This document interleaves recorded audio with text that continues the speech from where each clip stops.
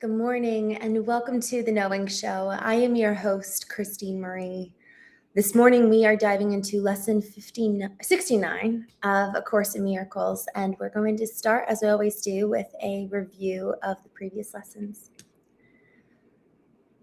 Lesson 40, I am blessed as a son of God.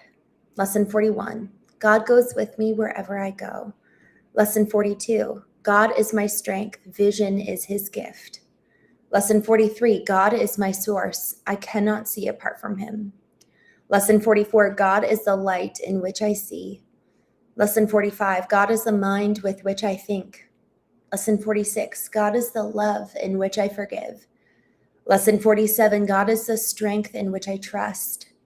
Lesson 48, there is nothing to fear.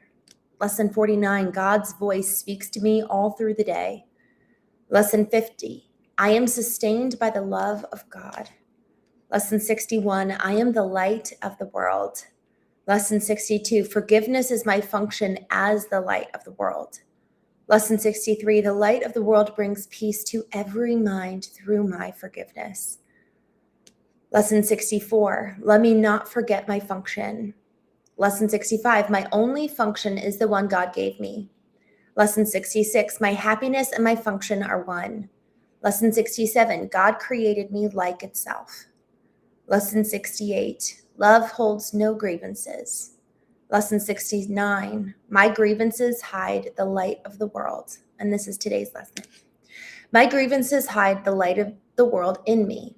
No one can look upon what your grievances conceal, because your grievances are hiding the light of the world in you. Everyone stands in darkness, and you beside him. But as the veil of your grievances is lifted, you are released with him. Share your salvation now with him who stood beside you when you were in hell. He is your brother in the light of the world that saves you both. Today, let us make another real attempt to reach the light in you. Before we undertake this in our more extended practice period, let us devote several minutes to thinking about what we are trying to do. We are literally attempting to get in touch with the salvation of the world. We are trying to see past the veil of darkness that keeps it concealed. We are trying to let the veil be lifted and to see the tears of God's Son disappear in the sunlight. Let us begin our longer practice period today with the full realization that this is so, and with real determination to reach what is dearer to us than all else. Salvation here is our only need. There is no other purpose and no other function to fulfill. Learning salvation is our only goal. Let us end the ancient search today by finding the light in us and holding it up for everyone who searches with us to look upon and rejoice. Very quietly now, with your eyes closed, try to let go of all the content that generally occupies your consciousness. Think about your mind as a vast circle surrounded by a heavy layer of heavy dark clouds. You can see only the clouds because you seem to be standing outside the circle and quite apart from it. From where you stand, you can see no reason to believe there is a brilliant light hidden by the clouds. The clouds seem to be the only reality. They seem to be all there is to see. Therefore, you do not attempt to go through them and past them, which is the only way in which you can really be convinced of their lack of substance. We will make this attempt today. After you have thought about the importance of what you are trying to do for yourself and the world, try to settle down in perfect stillness, remembering only how much you want to reach the light in you today, now.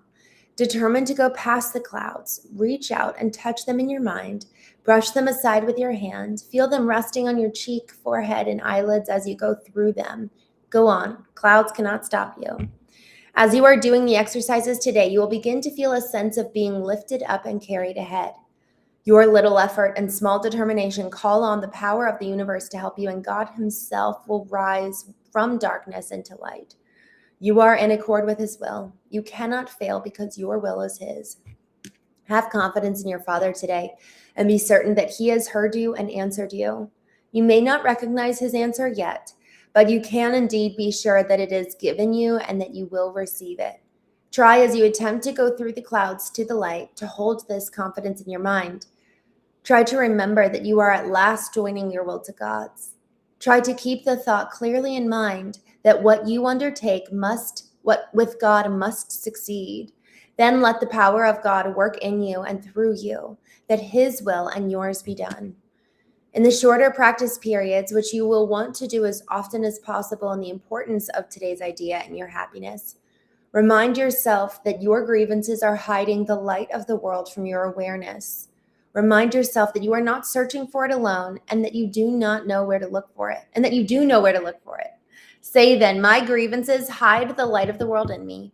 I cannot see what I have hidden, yet I want it to be revealed to me for my salvation and the salvation of the world. Also be sure to tell yourself, if I hold this grievance, the light of the world will be hidden from me, if you are tempted to hold anything against anyone today. Y'all, so much of this actually stems from our very desire. Do we want to access the light? Do we want to let go of our grievances?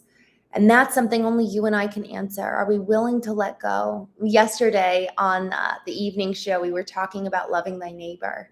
And Wayne, I was talking about just how this week has been a hard one. And Wayne said, Christene, how long are you going to hold on to the stress? Which, brilliant question, Wayne. And I loved the challenge there, because so much of it is, do I even want to let it go in the first place? And then if I do, all right, then let's go ahead and make that happen, because y'all, so much of the time we actually end up getting what we want. We actually fulfill on the prophecy of our fear. If we are afraid that people are going to find us unlovable, that's going to be what we experience. What we fear, what we think about, what we dwell on is so often what ends up manifesting in our lives. It's cause and effect. What are we causing? We're going to experience that effect. So if I am looking to have the effect be forgiveness and the effect be the light of the world in me, and the only way to do that is through letting go of my grievances, now that's my cause. That's what I can do. And that's what I can actually have responsibility in.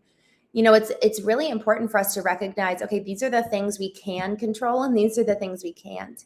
I can control how I respond. The stimulus we can't control, but we can choose our response. Viktor Frankl says this, from the author of A Man's Search for Meaning. He says the greatest of all human freedoms is choice. And so you and I have a choice today. Are we going to seek to get past? And I love that she references clouds, because sometimes it really can feel that way. It can feel like brain fog. It can feel like this heaviness, this darkness. And we get to choose how to proceed in relation to those clouds. And are we going to move past them into the light? And sometimes it takes work. This is why she says, do this repeatedly throughout the day, because we're introducing a new program. We're introducing a new way of being. And even this exercise of close your eyes and like move through to get to the light. There's this scripture that is beautiful. And it says, as of now, we only see through a glass dimly. And that's what she's referring to, this veil. Like we can't see clearly, but we have the ability to see clearly if we are willing to put on the lens of Christ. And effectively what that means is, when you go to the optometrist, you put your face forward and the dials shift. We get to shift our dials. We don't have to stay in this darkness and in this clouded facade that's really, really corroding. What that does is that it corrodes and colors everything we see, so that I now am no longer able to see this present moment, but it's colored and changed by the past. And I literally cannot see what's right now, what's right in front of me. The lesson, I think it was lesson 7 in A Course in Miracles. So back in January, one of the lessons was, I see only the past. And so much of the time it's true, unless we're willing to do the work to replace those lenses and adjust those dials. I just want to go to a paragraph here that I thought was really, really, really meaningful. Have confidence in your Father today and be certain that he has heard you and answered you. You may not recognize his answer yet, but you can indeed be sure that it is given you and you will receive it. Try, as you attempt to go through the clouds to the light, to hold this confidence in your mind. Try to remember that you are at last joining the will of the Lord. Try to keep the thought clearly in mind that what you undertake with God must succeed. Then let the power of God work in you and through you. That is his will and yours be done. So this aspect of having confidence in our Father, y'all, that's so much of what we're called to do. It's like, yes, we're going to make the decision. We're going to choose. We are responsible for effectively saying, okay, let me receive. We've been talking about receiving love, but let me receive help.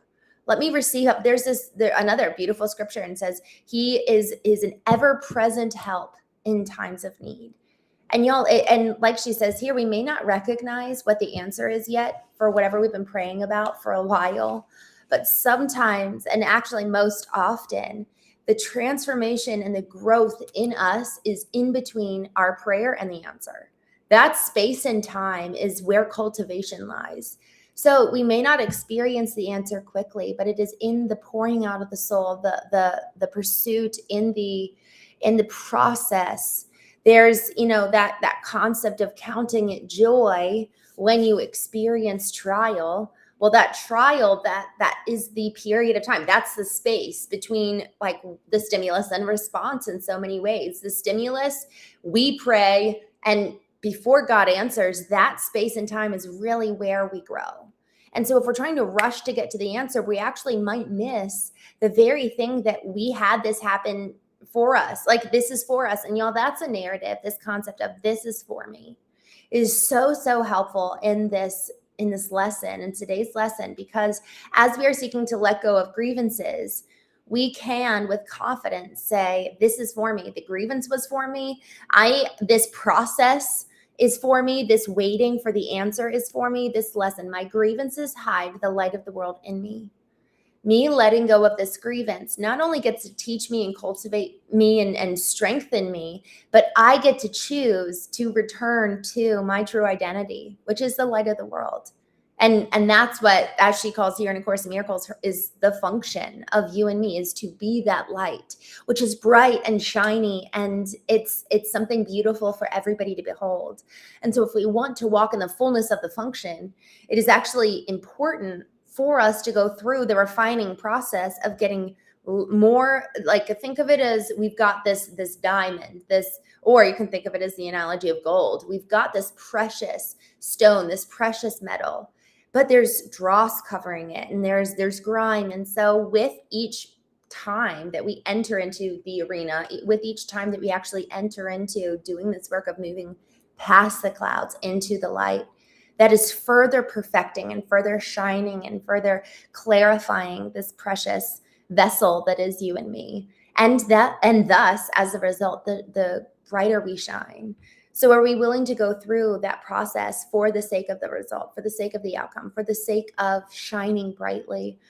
And as a result, love well, loving everyone around us well.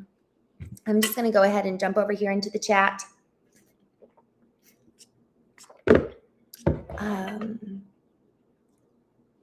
Roland, good morning. Coach Steve, good morning. Jammy Jam Jam, hi. Jaden, good morning. Gritmaster, Nicole, hello. Thanks for joining. Dijamel, Cappy, Kevin Jordan, Bradley, good morning. There's a lot here. Adam, good morning. Thanks for joining. Devin.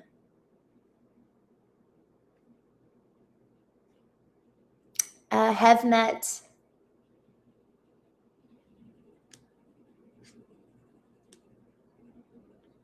No, somebody's handle is no. Good morning.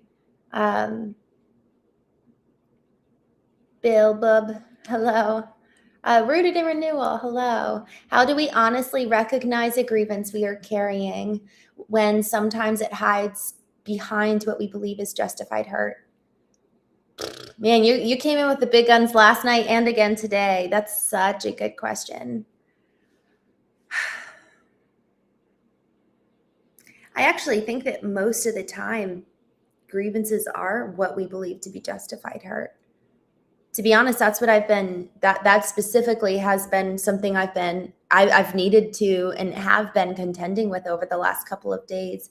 And here's the thing, I'm not free for so long as I'm harboring that grievance. And, I think in one sense, it's like they're interchangeable, This justified hurt is only harming me. It really, really is, for so long as I'm holding tightly to that. And, I've got some parts of my life that have happened that are now almost like facts, and they've contributed to my story of transformation. And like, look and see, my mom will say this, she'll say, look and see what God has done. And so there's parts of that hurt and that pain that contribute to the testimony and to the transformation. But man, if I am maintaining and holding on tightly to that hurt, it truly is only hurting me. I want to read you something that, frankly, I actually was looking for last night to include in my book. This comes from lesson 5 in A Course in Miracles, and it's actually a recap of lesson 5. So it's a summary. I am never upset for the reason I think, because I am continually trying to justify my thoughts. I am constantly trying to make them true. I make all things my enemies so that my anger is justified and my attack thoughts are warranted. I have not realized how much I have misused everything I see by assigning this role to it. I have done this to defend a thought system that has hurt me, and I no longer want it. I am willing to let it go. It's like ruminating on that which has caused us pain. Why would I continue to hold on to something that hurts me? Why would I continue to spend attention and thus energy on something that causes me pain? And so here's the thing, there's a reason why we're holding on to it. And so for every grievance, we are unwilling to let it go. And I actually said this to somebody yesterday who had hurt me. And I said, there's honestly a fear that if I forgive, that you're going to not take it seriously, what you did and how you impacted me. And here's the thing, I cannot control their reaction to me. I cannot control their desire to change. I cannot control their desire to love and repent and really seek different behavior. I can't control that. All I can control is me. That is my radical responsibility, we talked about unconditional love, having that heart posture, the heart posture of God towards everybody around us. That's really, really hard. That's my job. And frankly, if I haven't gotten that right, then I've got a big log in my own eye. If I'm not living in accordance with how I am called to, in accordance with who God says that I am, if I'm not even able to do that, then I'm not for sure going to be able to see the other person and their offense clearly and maybe be able to help them or share how they could be better. So I have to, and even as I say this, to be honest with you, I think that this is a real deep value I have, is it is my fundamental responsibility to get aligned first before I can ever proceed to try to change our relationship, much less your experience and what you did to me. That I cannot see clearly. There's, again, this biblical concept of take the log out of your eye and then you can see clearly to remove the speck in somebody else's. Maybe they've got a log, but I cannot see the size or width or breadth of their log if I've got one coming out of my own. And so justified hurt, I think that's such a important question, because so many of us hold what we qualify as justifiable hurt.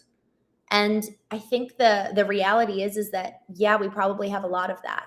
And there's probably a lot of people that have that towards us. And so the question is, are we going to allow for that same cause that God probably has towards me? I definitely have called God a few names a couple of times, many times, and been really pissed off, and among many other things. So God has justifiable cause to be hurt and angry at me. And there's unconditional love every time. And unconditional love is so often actually the motivator for change. I can tell I'm freezing.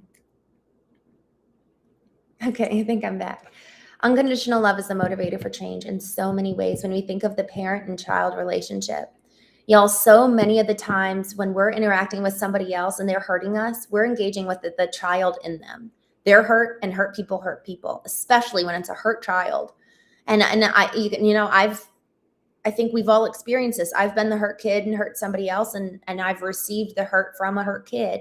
This is why it is our radical responsibility to heal, to go to the past, to figure out, man, when I'm triggered, I'm having something reflected back to me that needs healing. It's not because of you per se. Yes, maybe you did the thing in the present, but it is really rooted in the past. And so in order for us to really let go of these grievances, even just the other day, I was hurt by and upset by. Yes, that happened in the present, but man, does it have deep roots in the past. And I know that.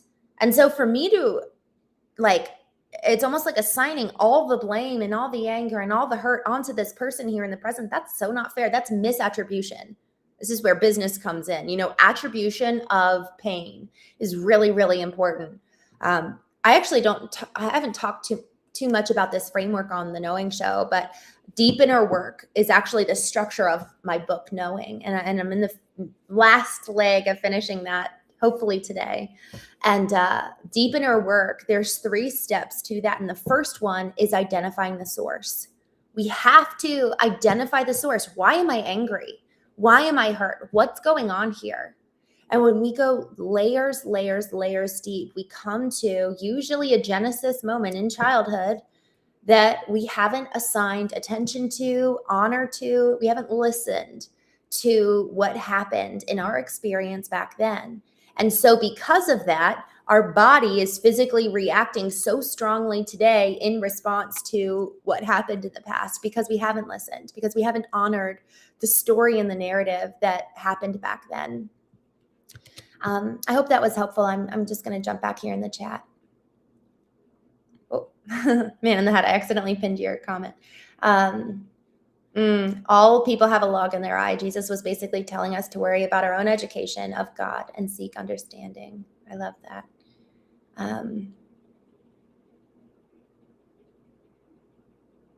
Nicole.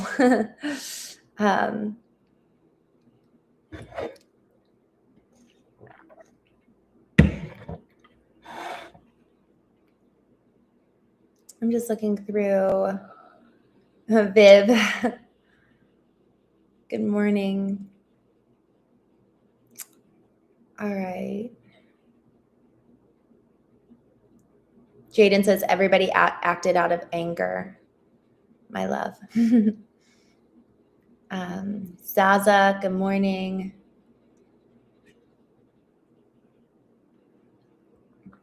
All right, just scrolling up here in the chat. Frank, good morning. Joe Boy, be authentic. I love that. I'm actually we don't talk like that here. Be authentic. Lee Freeland, to forgive is to be forgiven. That is so beautifully said. Wow, to forgive is to be forgiven.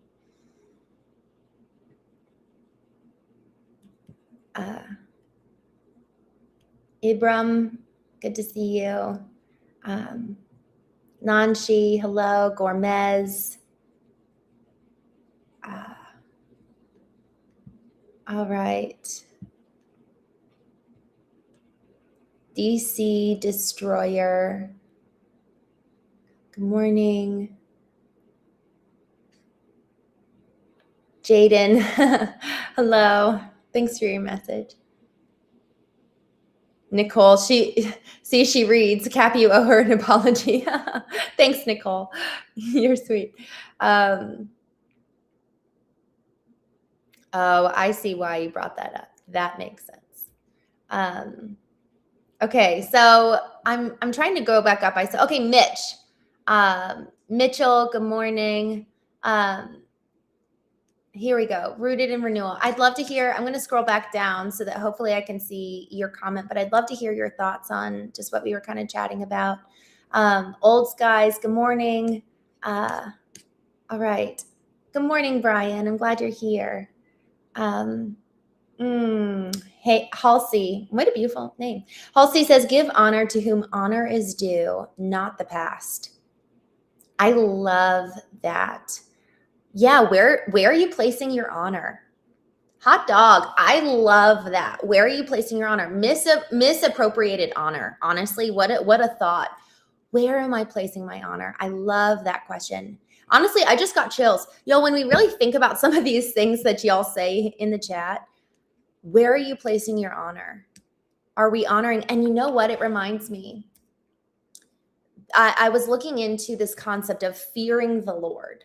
Fear of man, because fear of man is a very, very real trap for every single one of us. And it keeps us stuck. It keeps us from being able to be free because our ego is so terrified of what people are going to think, what people are going to say, how they're going to respond. And we're living and breathing and moving reactively, constantly doing, saying in response rather than being able to be free and move forward towards the goals and the mission that we feel called to. Like, why are we here? What's our purpose? If we're not going to be able to complete that and fulfill on that, if we have misplaced honor and misplaced the root of that word fear actually translates into reverence. Where am I assigning my reverence? Is it reverence and revering man, people around me, this physical landscape? And to your point, am I honoring this landscape, or am I actually honoring something higher and bigger and much more glorious outside of you and me, which is God, what he has for me, what he says over me? Because if I am listening to other people to define my worth, to define my identity, if I'm living in reaction and in response to them here in the present, or even them in the past, man, I thank you so much for saying that, Halsey. That was so wise. Grego, good morning. Abby. I'm actually chatting with y'all this morning. I'm glad you're here. MT, I'm going to go ahead and put you on timeout. Thanks for joining. Jaden says, I don't want to be a moderator, but aren't you planning to get mods? I am. Yes, I'm excited for that. And I think Brian might be one of them, which I'm so grateful for. Callum, good morning. Good to see you. Elizabeth, hello. Adam, well, you know what, Adam, I will say, I feel like your comments seemed to turn around a little bit as we kept going. Vulnerability expert, hello. Thanks for joining. Good to see you. We grow from love, Adam says. We grow from love. Isn't that the honest truth? That love so often is the thing that can really produce the change in us, Man, when I am moving and operating, that's the thing. I can either be propelled and inspired by fear, by a reverence for everybody else, or it can be rooted and propelled and moved by the reverence and the love the love from God, the love I've received from him. And what a better place, what better thing to move us and propel us forward than love. So often it's either love or fear that keeps us moving. And so what is it going to be for us today? That's, I think, just like such a good question. Just scrolling back here in the chat.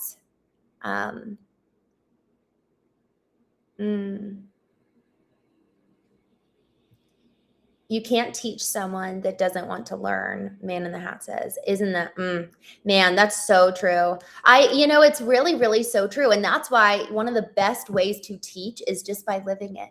Y'all are, we talk about wanting a romantic partner and like, how do I find my person? Be that person. Be the person that we want to attract. Jordan Peterson says this beautifully. It's just like, become the person that is worthy of the partner that you desire. And so what that might mean is getting up off the couch and getting up and going outside and really taking action and taking initiative. Somebody asked actually a week ago, and he said, how do I gain confidence to attract a woman? And I told all the men in the chat, I was like, please engage. Like, you guys are men and I want to hear what you all have to say. From a woman's perspective, a man on a mission, a man with purpose. There is nothing more compelling than someone who knows what they want, where they're going, why they're here, when they know who they are. And I love the inclusion of whose they are. Like, they actually have a divine tether to God, and they have that confidence stemming again from love versus confidence from fear. Confidence from ego is very different than confidence rooted in love. Rooted in Renewal says, thank you so much for your response. So a follow-up aimed towards healing. How does someone know when they have truly released a grievance and allowed the light within them to return? Such a good question. Like I think I think that we need to give ourselves a lot of grace, especially for the depth of whatever it is from the past that we are uprooting. I think of this as James Allen authored a book. It's a very short book. It's 60 pages and the font is big. So it's a very, very short book. It's called As a Man Thinketh. Honestly, I think I have it at my place and somebody's renting it right now. So I probably should order a second copy. But I really, really love that book. He likens our mind to a garden. And for some of the thoughts and grievances that need to be uprooted, they've got deep, deep, deep roots. So it might take time to really get the fullest amount of the root attached to that thought and to that grievance. But here's the thing about root systems is that they actually can get entangled with other vegetables in the garden, other plants in the garden. So you actually might get the full root out from this one particular grievance, but then you might see it over there later, or with this new circumstance or this new experience over there. And so to really, really weed it all out, it might show up and rear its head in different ways. So that's number one, is just, this is why grace and compassion is empathy in action. Having so much empathy for why that's there in the first place, but then taking action to pull it out, not doing it with a heavy hand and not doing it out of judgment, but doing it out of empathy and just so much tenderness. Like, that hurt is there for a reason. And so I want to make sure that as we're taking the log out of our eye and doing the work to uproot these grievances in our minds and hearts, we're doing it from a place of empathy, from a place of love. Again, love needs to be the propelling source, whether it's propelling us into the past to do the work to heal or propelling us forward into a future free from the past. And so how do we know when someone's truly released from a grievance? I think when it stops triggering us. There's still going to be pain, hurt. Maybe on a long enough timeline, there's not going to be hurt. I still get really hurt about my husband leaving. I can talk about it now when I don't feel pain, but there are times 5 years later where I'm like, what the heck, and that's still really painful at times. But for the most part, the amount of work that I've done to pull out that root, I'm really able to have the light shine.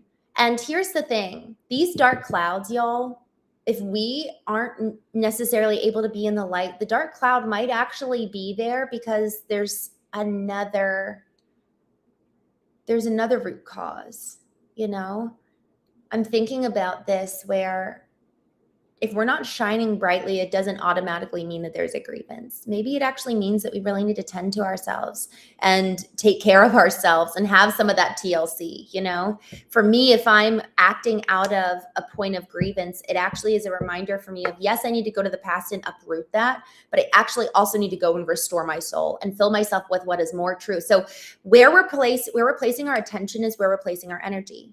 So if I'm placing my attention on the grievance itself, that grievance might actually grow in my mind. I'm breathing life. I'm pouring gasoline on the fire of that grievance and of that pain and of that wound, rather than refocusing my attention and thus my energy on what is more true, love. So what am I filling my mind with? We can't just uproot the grievance. We actually need to pour light and pour love into the place where that grievance and that wound was. We can't leave ourselves neutral. There's no neutral thought. There's no neutral word. There's no neutral action. It is either life-giving, produced by love, or it is producing death by fear and ego. So if we're going to uproot that grievance, get that out of the way, what goes in its place? So a sign of, man, I've really replaced that grievance is that we've got something new in its stead. We're not easily triggered by that.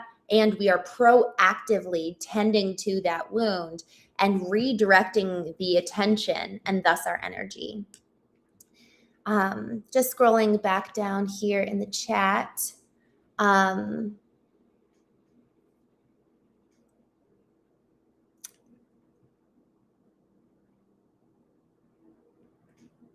Caleb, thank you. Good morning.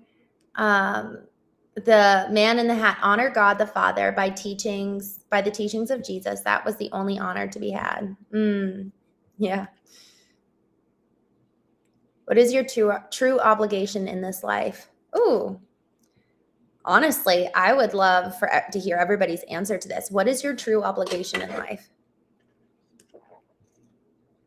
That is like such a beautiful question. What is your true obligation? Adam says, do good deeds, protect the helpless, and serve those who can't serve themselves. Yes. Honestly, when you look at what gets God going, it's the orphan, like the cause of the orphans and the widow. It is exactly that, those who cannot take care of themselves.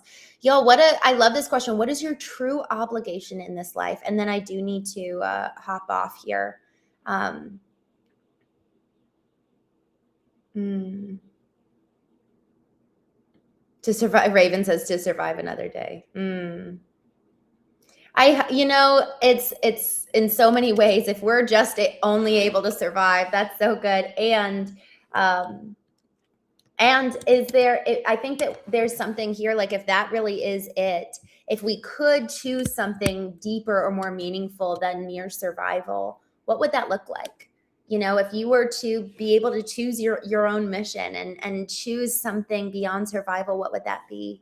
Because there's so much more than just surviving, right? But if we're in a place of survival, man, then that is it in so many ways. Like, if you're not able to focus on growth outside of survival, that's, especially depending on where you are in the world, like that's so incredibly true.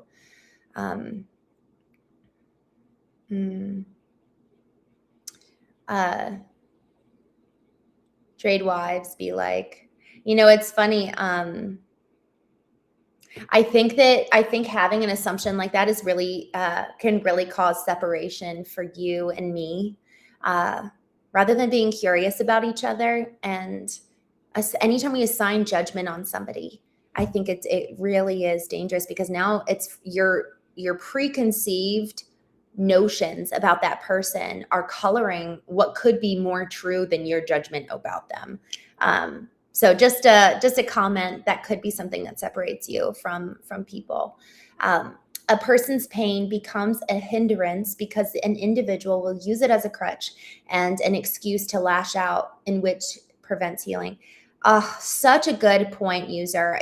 I love that point about using the past and using pain as an excuse.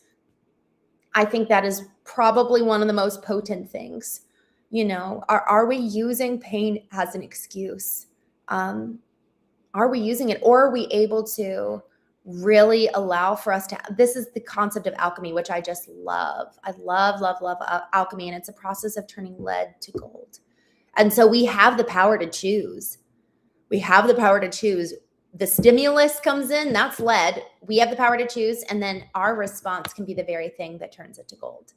And so in that process, man, isn't that so incredibly cool, guys, that we have that power? Even here, like there's a comment here in the chat that I'm like, immediately my hackles raise, and I'm like, you know what? How can I alchemize this? How can I actually turn this into a lesson for me where I get to grow? And my hackles raising, that's a mirror for me. I'm like, oh, there's actually, I have that in me, like I actually am afraid of that, this woman called me just now out for being bipolar. And I actually lived with someone who was bipolar for a while. And that was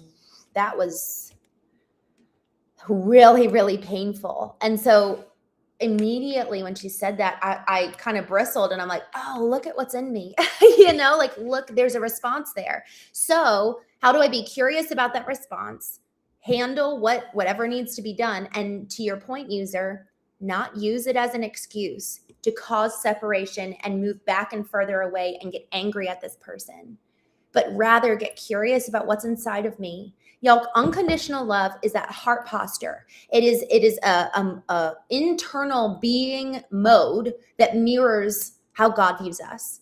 So if I have separation from somebody else internally of like, honestly judging them or kind of like F you, that is my sign of like, man, I am not having the mind and heart and inner being that mirrors God. I'm not operating from love. And so anytime I'm feeling separate from somebody, now that doesn't mean we don't have boundaries. That does not mean that at all. But what it does mean is that we're doing the work to constantly return to love. And part of emotional intelligence, and then I know that we do need to jump off here. Part of emotional intelligence is the process of being aware.